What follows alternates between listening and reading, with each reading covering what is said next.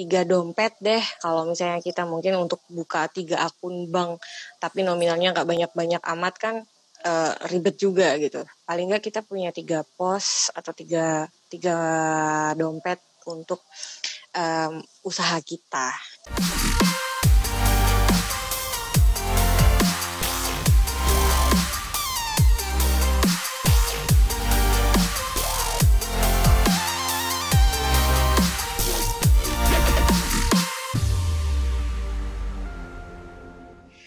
Assalamualaikum warahmatullahi wabarakatuh, teman-teman semuanya dari member Mami Kreatif ya. Terus ada teman-teman saya juga yang akhirnya gabung, join. Kita sharing ilmu dia malam ini. Nama saya Ana Nurrohidah, kebenaran saya dosen di Universitas Islam Raden Rahmat di Kabupaten Malang. Saya ngajar bahasa Arab, saya juga ngajar ekonomi Islam.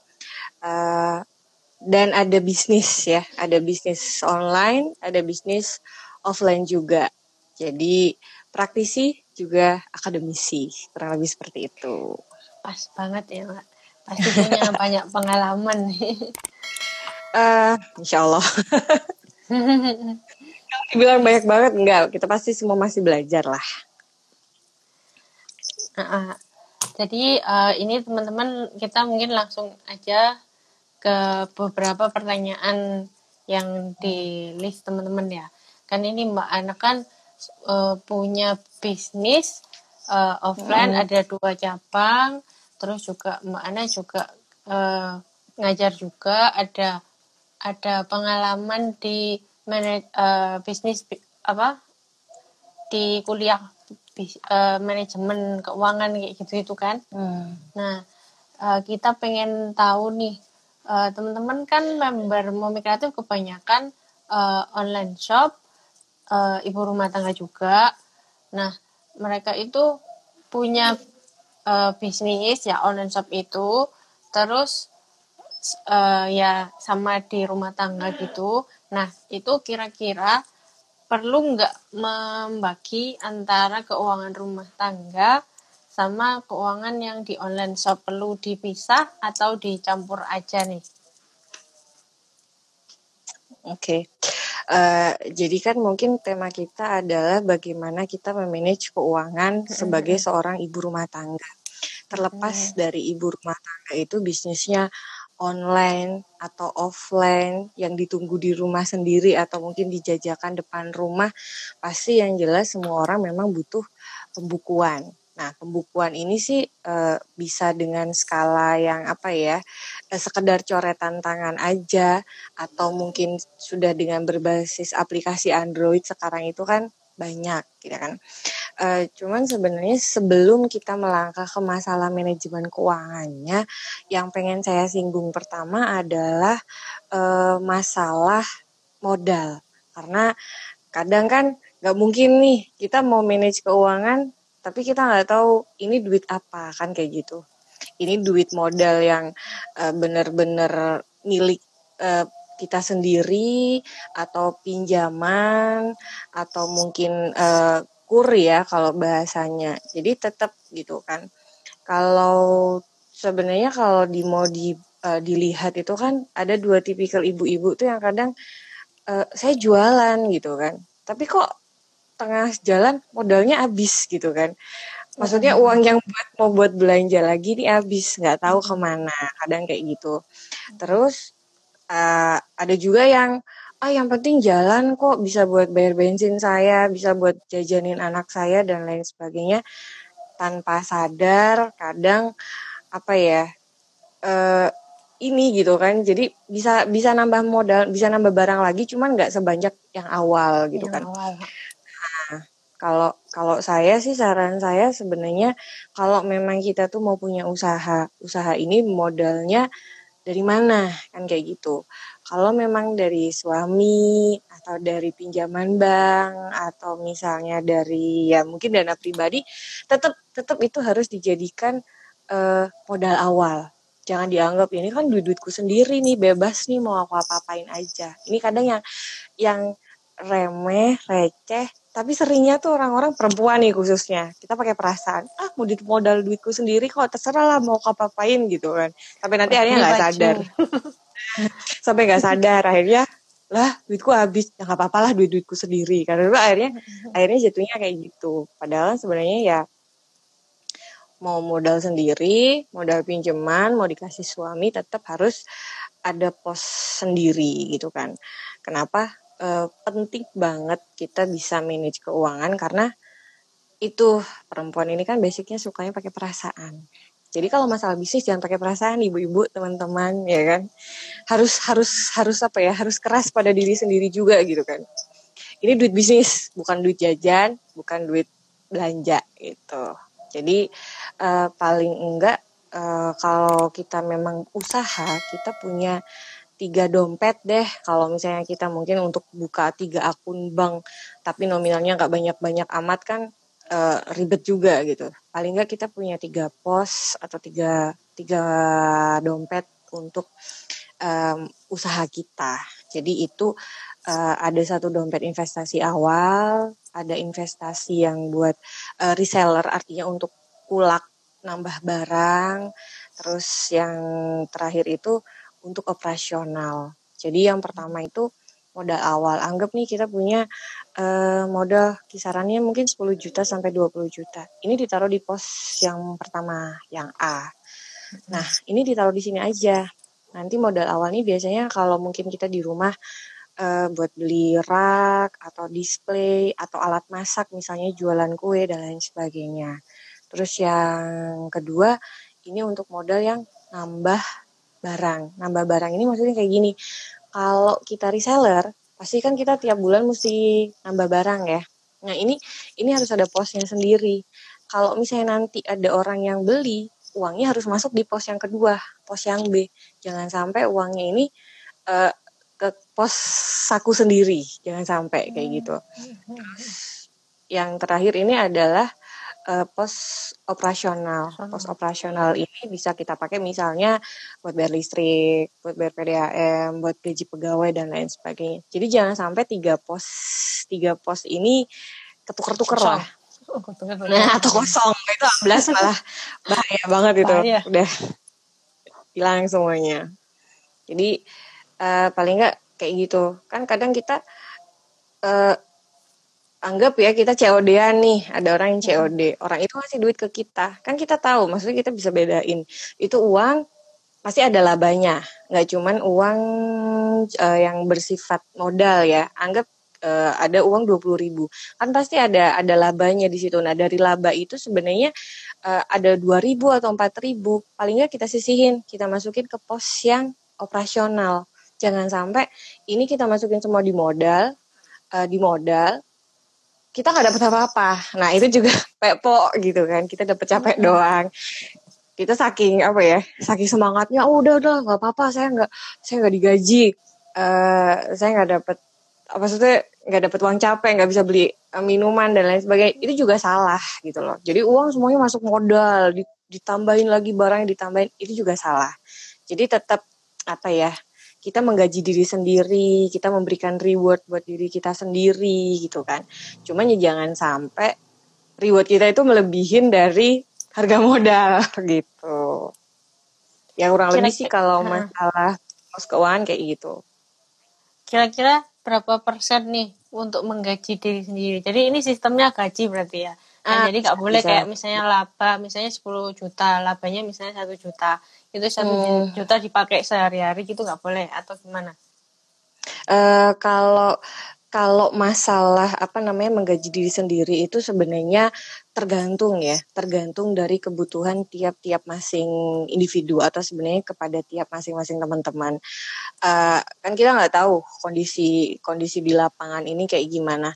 Cuman yang pasti sih kalau saya membiasakan diri saya sendiri itu, anggaplah kita menyesuaikan dengan gaji orang yang masih sama. Maksudnya yang di bawah kita, artinya untuk pegawai. Kenapa? Kan kita masih awal nih. Kita masih awal banget nih.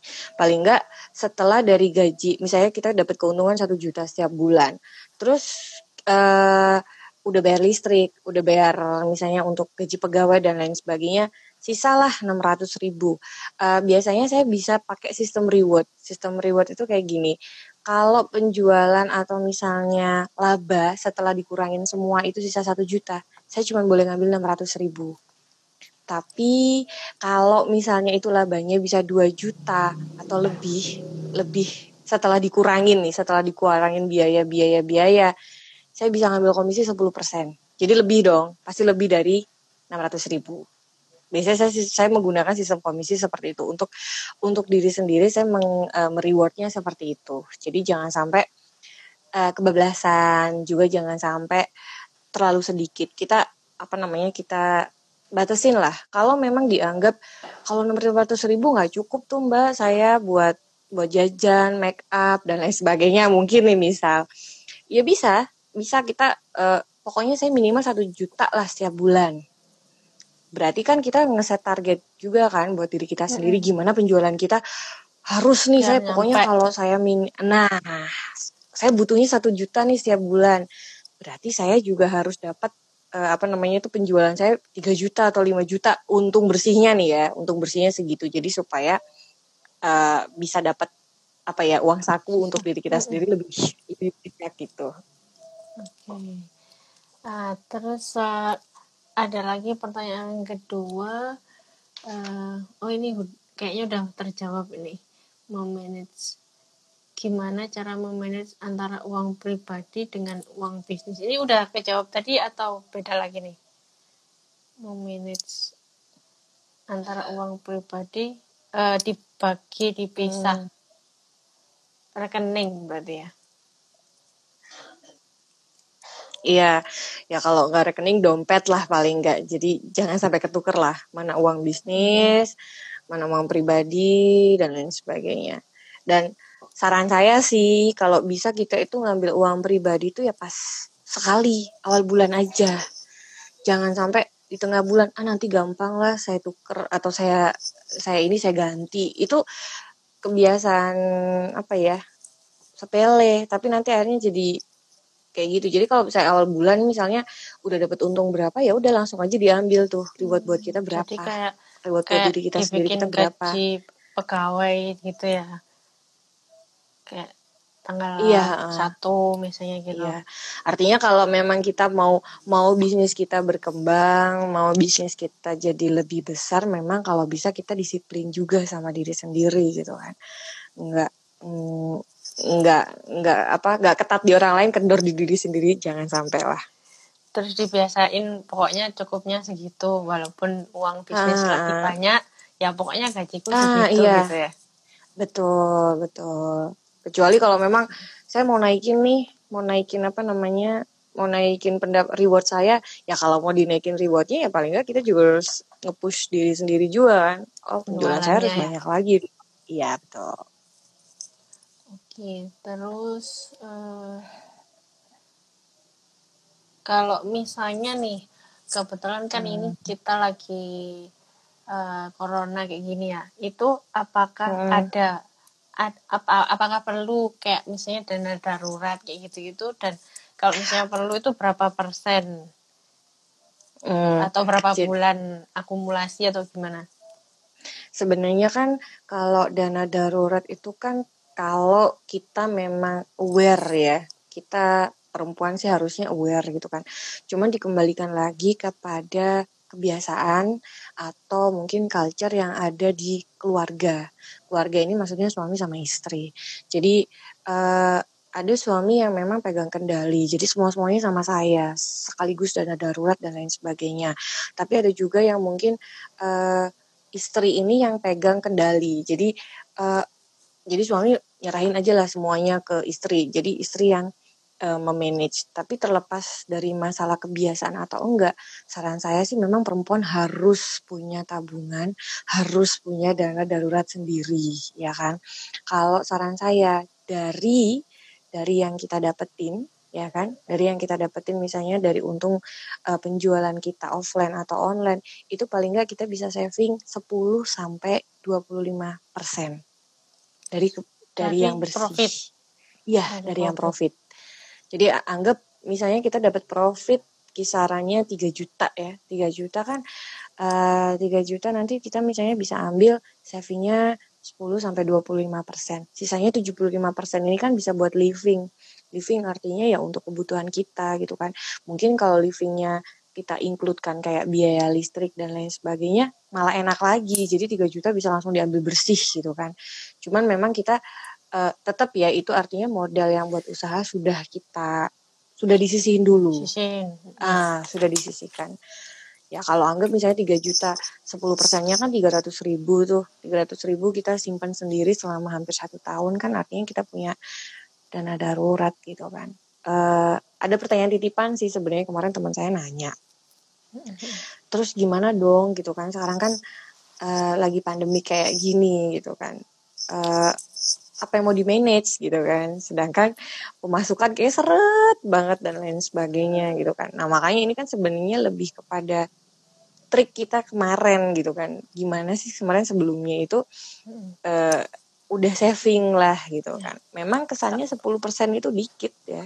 Cuma kalau dikumpulin selama 1 tahun juga bisa buat bertahan.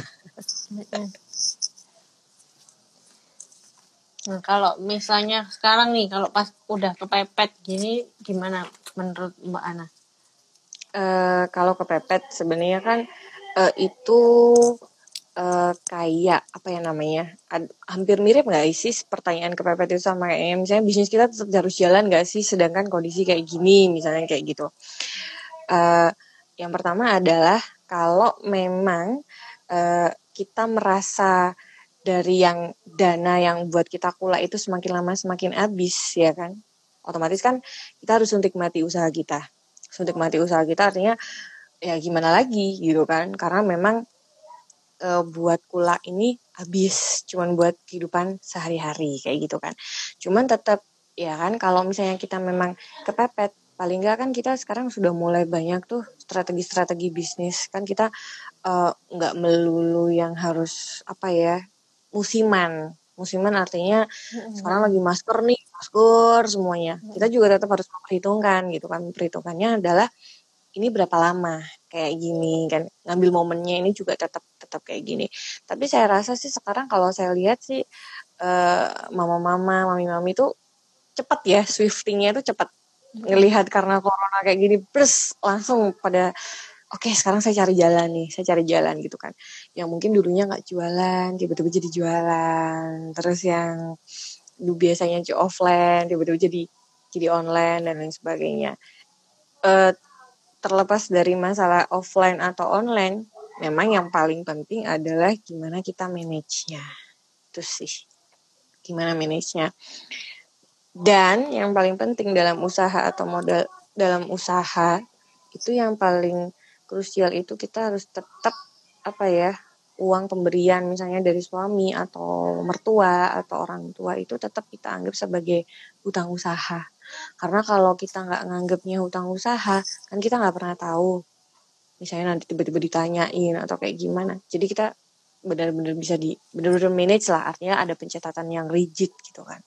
Masalah ini uang dari mana, terus akadnya gimana, nanti sistemnya gimana, orang tua mau dikasih jasa atau mungkin udah pakai aja dulu nanti akhir tahun dikembalikan dan lain sebagainya. Ya kurang lebih seperti itu sih. Ya berarti kalau yang tadi intinya kita nggak boleh idealis. Kalau misalnya harus move ya segera move biar segera dapat pendapatan gitu ya. Kalau kondisi apa, jadi jangan cuma nunggu ini semua berakhir karena kayaknya masih lama ya. Kayaknya harus adaptasi sih kitanya. Aku aja juga jualan ganti kok sekarang. Gitu. Dulu kan jualan aksesoris, sekarang jualannya udah produk kesehatan. Alat kesehatan. Tapi sama camilan juga sih. Camilan sekarang banyak banget. Nggak tahu. Mungkin karena orang di rumah nyemil. Banyak di rumah, gabut, nggak bisa keluar, jadinya malah belanja gitu ya. Terus yang dibeli malah kebanyakan camilan sih. Yang paling laris di tempatku camilan sekarang. Jadi mungkin peluang usaha buat temen-temen yang lain bisa nih. Kalau misalnya nggak ada dana nih sekarang bisa salah satunya jualan camilan. Oh betul. Karena mungkin momennya tepat. Jadi kan orang udah mulai pinter kan, gimmick-gimmicknya juga. Walaupun nggak lebaran, walaupun nggak ada yang bertamu, tetap dong cemilan harus ada. Ada juga gimmick-gimmicknya seperti itu. Jadi event nggak ada lebaran juga tetap harus ada kue gitu kan. Karena memang apa ya buat jadi hiburan juga di rumah gitu kan. Orang udah nggak boleh kemana-mana, nggak boleh pergi keluar kota. Jadi kok gitu ya. Oh ya, tadi kalau Mbak Ana sempat menyebutkan aplikasi di Android kayak gitu-gitu untuk memanage keuangan, itu pakai apa ya, Mbak? Ini nggak berbayar ya. Jadi saya itu ada 2 aplikasi Android. Jadi saya tuh pakai, boleh saya tunjukin ya mungkin ya, pakai pengeluaran yang kayak gini nih. Jadi yang pengeluaran yang gambarnya dompet kayak gini. Ini sih untuk pengeluaran harian saya. Jadi lebih kepada yang sebagai seorang ibu rumah tangga. Jadi memang yang di situ saya mencatat pengeluaran belanja, terus misalnya bayar listrik dan lain sebagainya. Terus saya juga ada satu aplikasi yang khusus untuk bisnis. Jadi ini yang catatan keuangan juga, cuman warnanya merah. Catatan keuangan merah. Ini saya pakai memang hanya untuk keluar masuk data pencatatan pembayaran atau pengeluaran bisnis.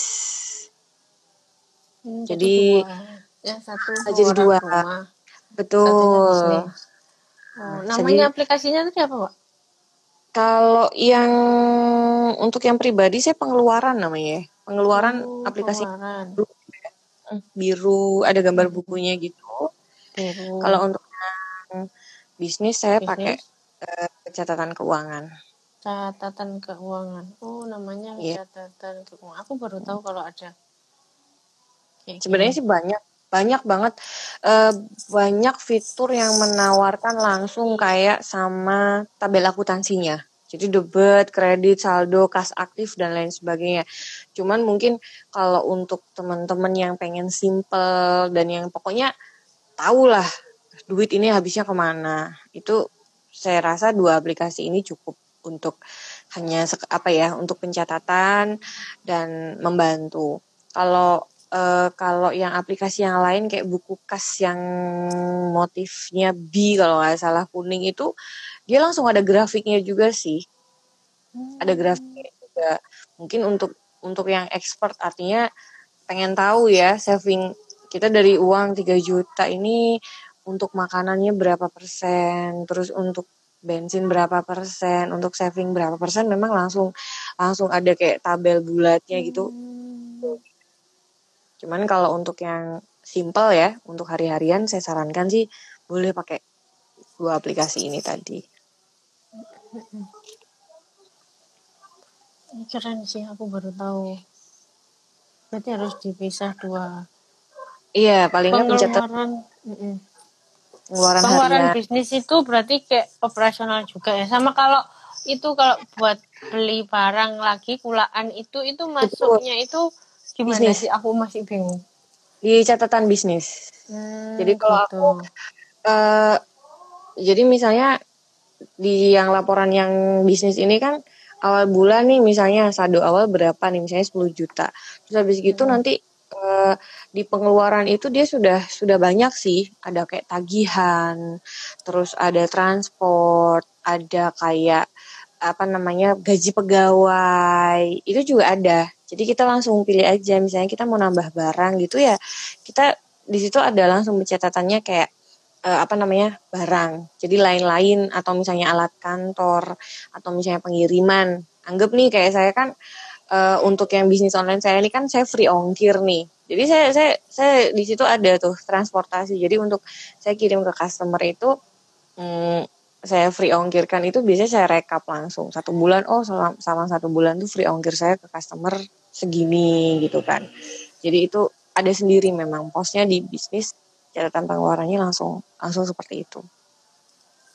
Oke, jadi nanti untuk profit itu adalah semua maksudnya omset bulan itu terus dikurangi operasional, dikurangi barang, baru nanti laba. Nah, laba tadi terus diambil berapa persen untuk kita. Betul. Sebagian dimasukin lagi. Nah, jadi kalau misalnya dari yang catatan merah itu kan biasanya udah ketahuan tuh. Anggap nih omset 1 bulannya 50 juta. Terus untuk pengeluarannya paling 2 juta lah. Paling pengeluaran 2 juta. Kalau kita misalnya sudah ada hitungan pakem yang pasti nih, anggap misalnya dari barang yang nilainya segini tuh kita bisa ngambil untung berapa, 50% atau 40%, kan malah enak lagi tuh. Anggap kita dapat penjualan 50 juta, sedangkan untungnya itu 50%. Berarti kan sekitaran 25 lah, 25 dari kayak gitu. Atau mungkin sekitar 12,5 kan kayak gitu. Ya udah, dari 12,5 itu langsung aja kita pindahin posnya tuh ke aplikasi yang satu lagi. Jadi 12,5 nih untung bersih nih dari usaha. Nah, sisanya yang 37,5 biarin aja di aplikasi yang merah. Paling enggak kita tahu, oh kita ini ngambil duitnya dari mana, kan kayak gitu. Yang pencatatannya udah pindah nih. Yang merah tadi itu bisnis ya? Bisnis. Nah, ya, jadi kalau bisnis. Oh, jadi, berarti terus misalnya laba 12,5 terus dimasukin ke yang biru. Nah, di biru itu kan pribadi. Jadi kan kita udah ngambil gaji tuh misalnya. Nah, terus artinya kan kalau kita ada 2 aplikasi kayak gitu sih, menurut saya memudahkannya adalah, oh duit bisnis saya tinggal segini, kan kayak gitu. Oh duit pribadi saya sisanya segini, lebih jelas gitu kan, lebih jelas. Jadi apa namanya, nggak kebolak-balik gitu kan, mau kemana gitu. Oke. Ini berarti pertanyaan ini udah terjawab. Pertanyaan selanjutnya, nah ini bisnis itu sebaiknya murni dari cash flow atau ada dana dari pihak ketiga, misalnya investor atau hutang. Kan mungkin banyak nih yang nggak punya modal nih kan usaha, tapi pengen usaha itu terus ngajak orang kerja sama atau kayak gimana, atau baiknya itu mungkin benar-benar dari modal yang ada dulu atau open PO terus baru dapat laba baru diputar atau kayak gimana? Jadi kalau menurut saya ya, bisnis itu sebaiknya mulai dari cash flow atau dari pihak ketiga. Sebenarnya disesuaikan sama skala bisnisnya. Kalau kita ini pengen bisnisnya ini skala kecil sih, saya sarankan menggunakan dana sendiri, dan itu pun juga harus dana yang benar-benar nganggur. Nah, bukan dana yang kita pakai kesehariannya kayak gitu kan. Kalau itu masih kita pakai buat biaya anak sekolah atau misalnya untuk kebutuhan sehari-hari ya, kayak susu dan lain sebagainya, saya sarankan sih enggak, karena kan kita belum ada saving dari situ. Takutnya nanti kepake buat bisnis malah kebutuhan harian pokoknya tidak terpenuhi. Kalau memang itu skala bisnisnya kecil. Kalau memang dananya itu atau menengah ke atas ya, kita mungkin kisarannya 30 juta atau 50 juta bisa menggunakan IMF ya. Dana IMF itu dari istri, mertua, atau family gitu kan. Ini dari IMF. Iya, IMF kan itu. Istri, mertua, family. Oke.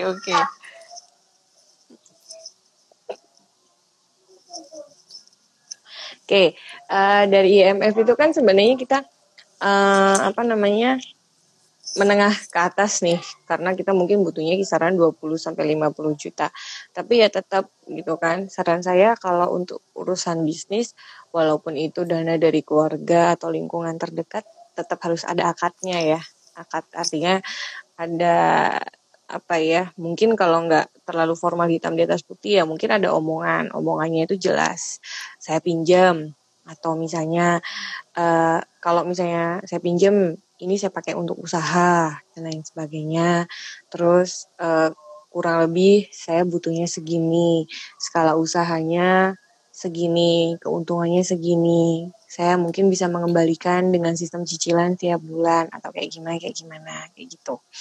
Tapi kalau misalnya bisnis kita memang sudah berjalan lancar dan skalanya memang besar, ya kita bisa menggunakan dana pinjaman atau investor, ya kan?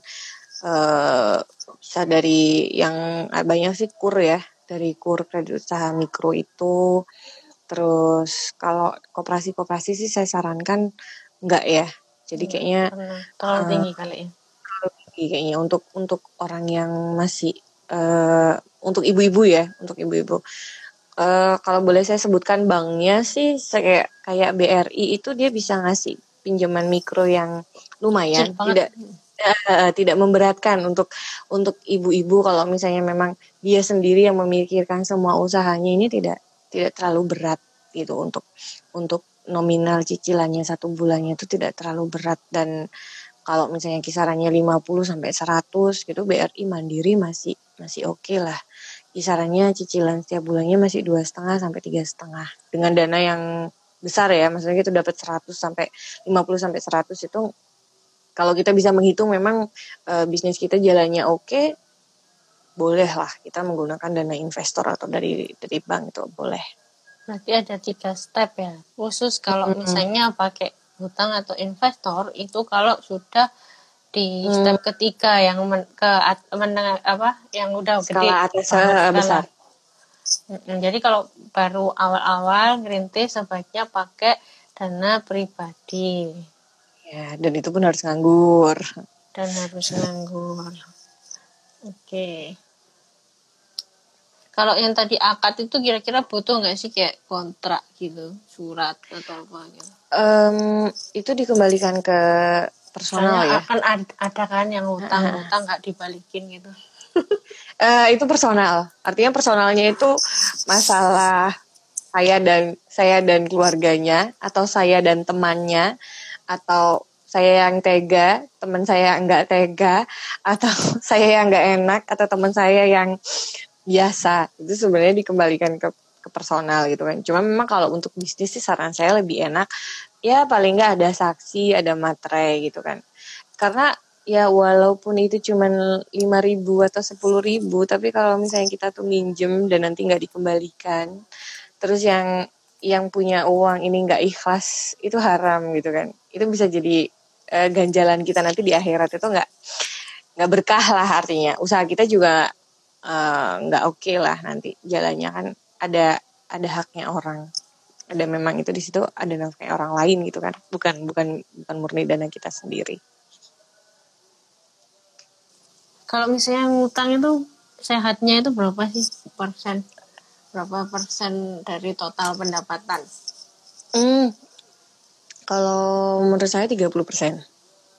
30% dari maksimal ya?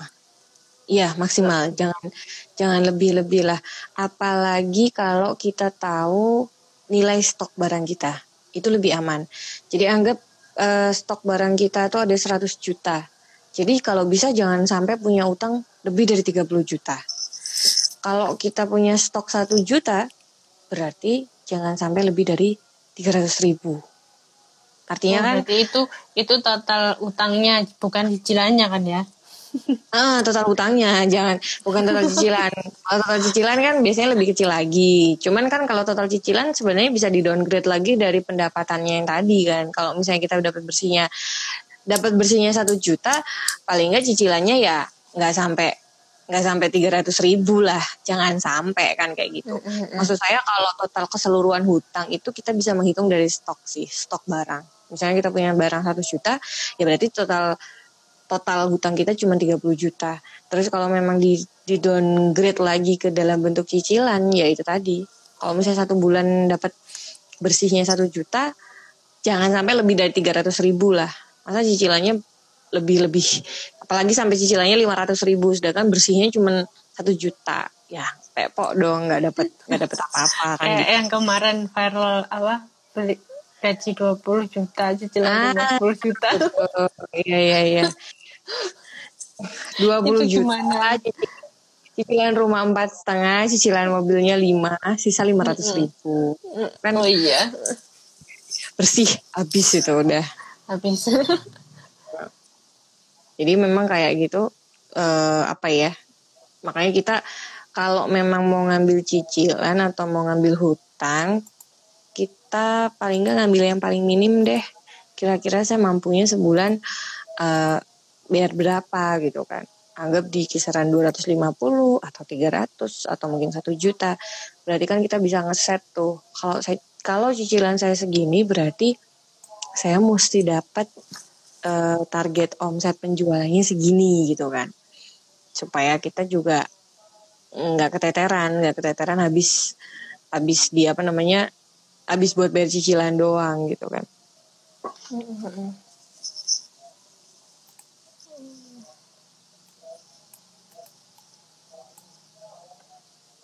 Oh iya, saya boleh nyambung nggak kayak yang tadi tuh masalah dari yang laporan 2 buku itu kan, dari catatan yang 2 yang untuk yang pribadi sama bisnis itu kan, untungnya sih adalah kita buat evaluasi ya. Jadi bukan hanya sekedar dicatat, jadi bukan sekedar hanya catatan aja, tapi juga evaluasi. Artinya kalau lebih sehat yang keuangan bisnis, maka bisnis yang harus digenjot, kan kayak gitu. Tapi kalau misalnya pengeluaran bulanannya ini lebih sedikit, untuk pribadinya lebih sedikit, berarti kan lebih bagus. Artinya ya itu tadi kan, kita sekarang kan lagi memprioritaskan usaha nih, memprioritaskan bisnis. Jadi yang lebih sering dievaluasi lebih dari yang catatan bisnisnya itu kan. Jadi penjualannya berapa, bayar tagihannya berapa, terus gaji pegawai berapa dan lain sebagainya. Kalau dari teman-teman Mami Kreatif ini sistem pembayarannya gimana? Maksudnya customer itu rata-rata pada main sistem cash atau di kredit atau di tempo? Cash. Kalau online semuanya cash. Oke. Kalau cash aman lah. Kalau cash aman. Iya, kalau offline biasanya yang mundur-mundur itu ya. Iya, apalagi grosir. Betul. Iya, kalau kayak gitu-gitu tuh gimana ya ngitungnya? Aku nggak pengalaman sih. Kalau misalnya ada sampai apalagi dia itu punya utang, misalnya utang kur misalnya, tapi terus usahanya itu diutangin juga ke orang gitu, gimana? Ke customer gitu, gimana itu? Itu sebenarnya sih kasus saya ya, karena kan saya main grosir. Jadi saya punya utang, tapi untuk bisnis yang ini saya memilih untuk tidak berhutang. Untuk bisnis grosir saya, karena saya masih belajar, saya tidak berani berhutang. Maksudnya saya belum nemu hitung-hitungannya kan, jadi saya memilih untuk menggunakan dana pribadi yang benar-benar nganggur supaya saya gak pikiran gitu kan. Karena itu tadi ya, saya ada yang pembayaran cash dan ada juga yang piutang gitu kan. Tapi saran saya untuk orang yang baru memulai usaha, jangan ngasih piutang atau jangan ngasih kredit. Kadang ibu tuh suka gini, yang penting dagangan saya laku, nggak apa-apa deh dibayar mundur 1 bulan 2 bulan. No, big no. Jangan deh, jangan banget. Soalnya kan orang kadang nggak apa-apa deh biar laku ya, nggak apa-apa biar laku, biar saya dapat nama. Jadi saya kasih mundur, jangan. Kalau ibu-ibu ini uangnya nganggur banget, nggak apa-apa. Cash flow ya. Betul, itu mengacaukan cash flow banget, karena yang kita harusnya hitungannya di akhir bulan kita dapat pendapatan bersih segini, karena ada piutang di orang lain, akhirnya kita nggak bisa gaji pegawai, nggak bisa bayar tagihan, nggak bisa bayar ini, dan nggak bisa nambah barang. Itu yang paling bahaya tuh, kita nggak bisa nambah barang, karena kan kita mesti update barang terus kan. Orang-orang itu kan pasti suka nanya, masa barangnya itu aja sih, dan lain sebagainya. Karena itu pasti kacau hitungannya. Kita punya tagihan, punya cicilan yang harus dibayar, sedangkan piutang banyak di orang, nggak bisa. Kalau saya ada data customer, mana yang bayar cash, mana yang bayar mundur, bayar tempo gitu. Itu saya batasin. Jadi dalam 1 bulan paling nggak 10 yang harus bayar cash, saya cuma ngelayanin 5 yang bayar Tempo. Jadi jangan sampai lebih besar piutang saya daripada yang bayar cash. Nanti kalau kita misalnya yang bayar Tempo 10 orang, yang bayar cash 5 orang, wah hancur deh. Gak ada pemasukan. Jadi harus dibatasin ya. Yang Tempo berarti sedikit aja. Dan paling enggak dipegang lah orangnya. Tahu rumahnya, tahu temennya. Kayaknya kita harus kayak orang pinjol gitu. Nemu datanya semuanya. Jadi kalau misalnya ada apa-apa, ada larinya, kita bisa ngejar kemana gitu kan. Oke, mungkin mau open pertanyaan untuk umum nggak nih, Mbak? Kurang dikit. Ini apa nih? Tadi kayaknya ada yang mau tanya. Ada yang tanya mungkin yang berhubungan sama manajemen keuangannya. Iya. Ini dia nanya memulai usaha baru. Wah, kalau mulai usaha baru bisa langsung join ke Mami Kreatif kayaknya ya. Tadi saya diajarin semuanya. Nah, itu kan. Dengan nanti mulai usaha baru yang belum pernah lakukan sama sekali. Iya, itu bagian saya. Betul. Jadi untuk orang-orang yang belum punya pengalaman sama sekali sih memang lebih baik gabung ya. Gabung kayak di grup reseller, grup dropshipper kayak gitu-gitu memang lebih aman. Soalnya kan modalnya nggak gede gitu. Soalnya kan posisi kayak gini rata-rata itu kan kalau misalnya mau jadi reseller di umumnya ya di toko-toko tertentu itu harus beli loh. Jadi kayak misalnya ke toko fisik misalnya datang mau jual lagi pasti kan ada minimumnya, disuruh beli minimum 1 lusin kayak gitu-gitu kan. Tapi kalau dropship itu kan nggak harus belanja segitu banyaknya. Betul. Terus ada juga sih Nana nih, Kak boleh share tips nggak gimana strategi penjualan yang baik untuk menaikkan penjualan? Tipsnya biasanya sih Mami Kreatif sudah menyediakan ya, sudah ada pamfletnya, sudah ada kata-katanya. Nah itu sih membantu banget bagi orang yang yang saya ada modal, saya join, tinggal upload foto dan lain sebagainya. Ya kan kayak gitu kan ada stepnya. Jadi sebenarnya sih mudah banget. Maksudnya untuk teman-teman sekarang itu kalau ada alasan, saya nggak bisa bisnis nih, saya nggak tahu nih bisnis dari mana, klise ya, apa ya namanya? Kok kayaknya nggak mungkin. Mental gitu. block. Mental block banget. Jadi kalau memang nggak punya modal, terus nggak punya kreativitas, tinggal gabung, ya kan? Semua step diajarin. Punya modal tapi nggak punya cara, bisa beli franchise, ya kan? Sudah under manajemen, semua sudah diurusin sama yang pihak pengelola sana. Kita tinggal naruh duit aja, terima beres. Untuk yang punya modal besar dan punya kemauan dan bisa gerak sendiri, ya memang bisa buka lapangan pekerjaan ya kan, bisa dalam bentuk produksi atau apa kayak gitu sih. Ini ada yang tanya lagi nih Mbak. Saya punya usaha grosir, namun kendala saya sekarang adalah modal untuk kulak kembali nggak ada karena habis untuk bayar gaji karyawan. Dan biasanya saya dikasih pembayaran tempo dari supplier. Gimana solusinya? Nah ini kan mungkin karena corona ya, jadi uangnya habis buat bayar karyawan, jadi buat kulak lagi nggak ada. Itu gimana Mbak solusinya? Ya, saya juga sedang mengalami masalah itu. Tapi alhamdulillah saya selalu punya itu tadi prioritas ya.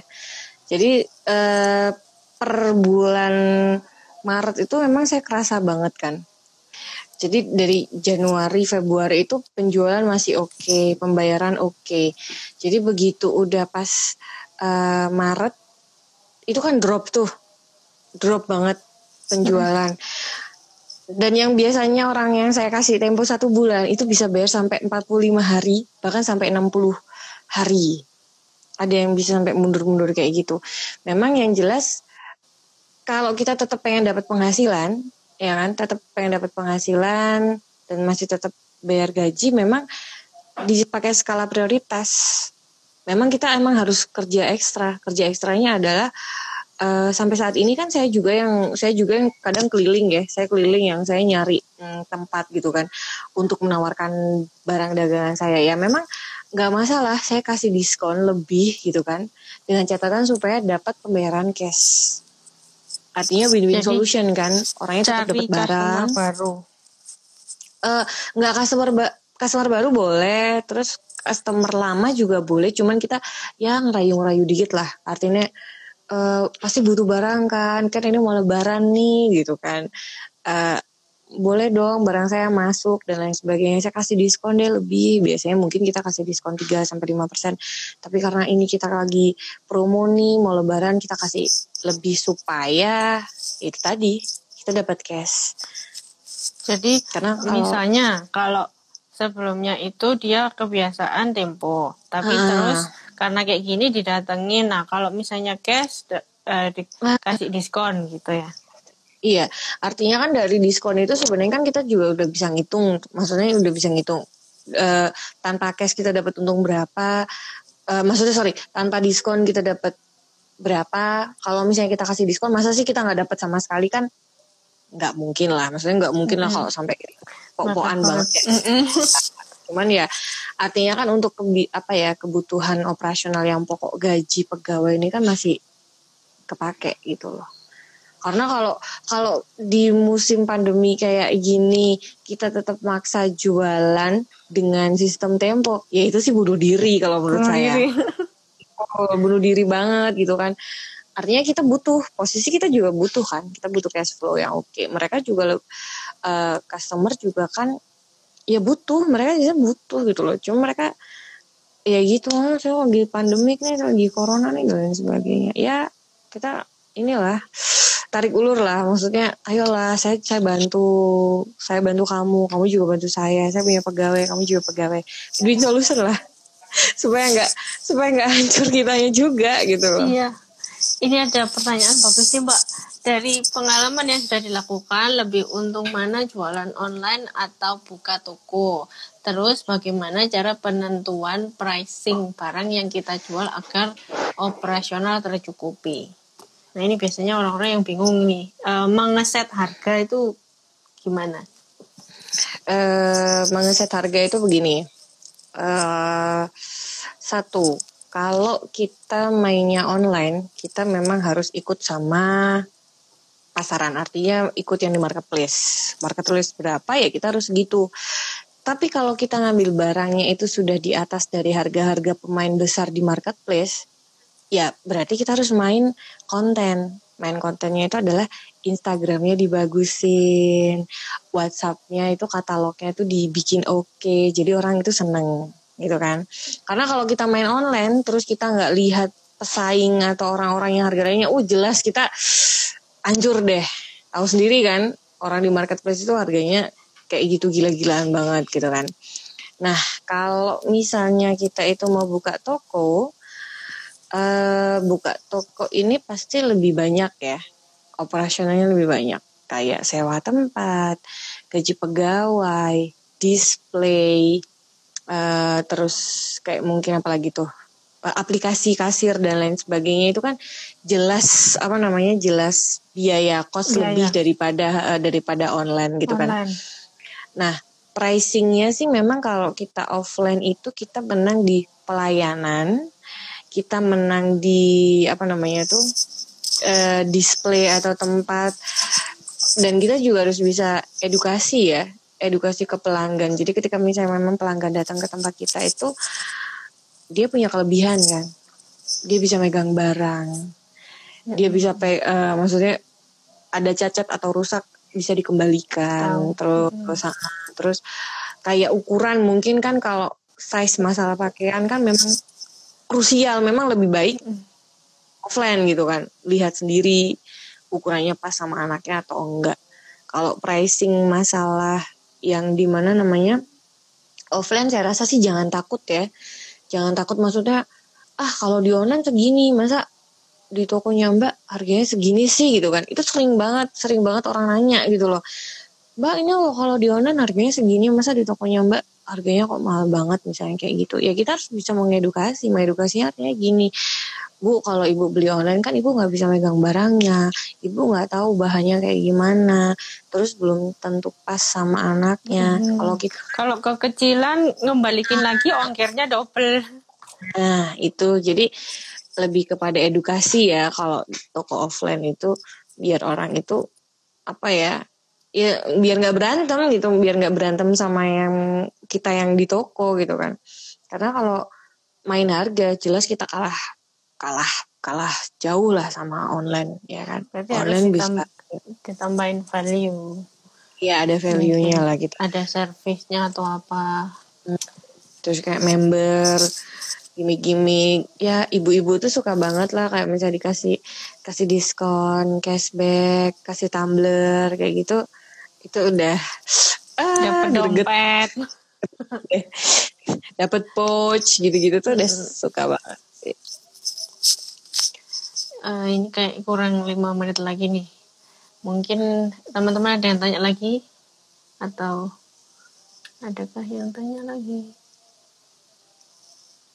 Berarti tadi untuk summary-nya kira-kira berarti harus ada 3 pos.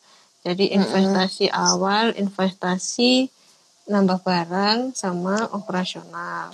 3 itu harus ada isinya. Terus tadi dana darurat 10% dari profit.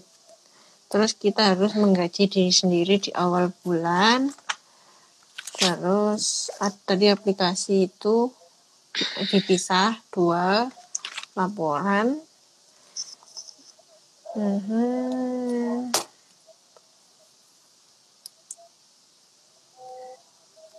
Oke, itu sih. Wah, banyak banget nih ilmunya. Makasih banyak loh ya Mbak ya. Ini mungkin teman-teman udah mau ada yang nanya atau enggak nih? Oke, udah sudah lumayan terjawab kayaknya. Ada nanya, maaf saya ketinggalan, nanti di save kan? Kayaknya di save ya, bisa di bisa. Nanti bisa. Iya. Nah oke, mungkin segitu dulu ya untuk live kita kali ini. Nanti aku mungkin kapan-kapan bisa live lagi.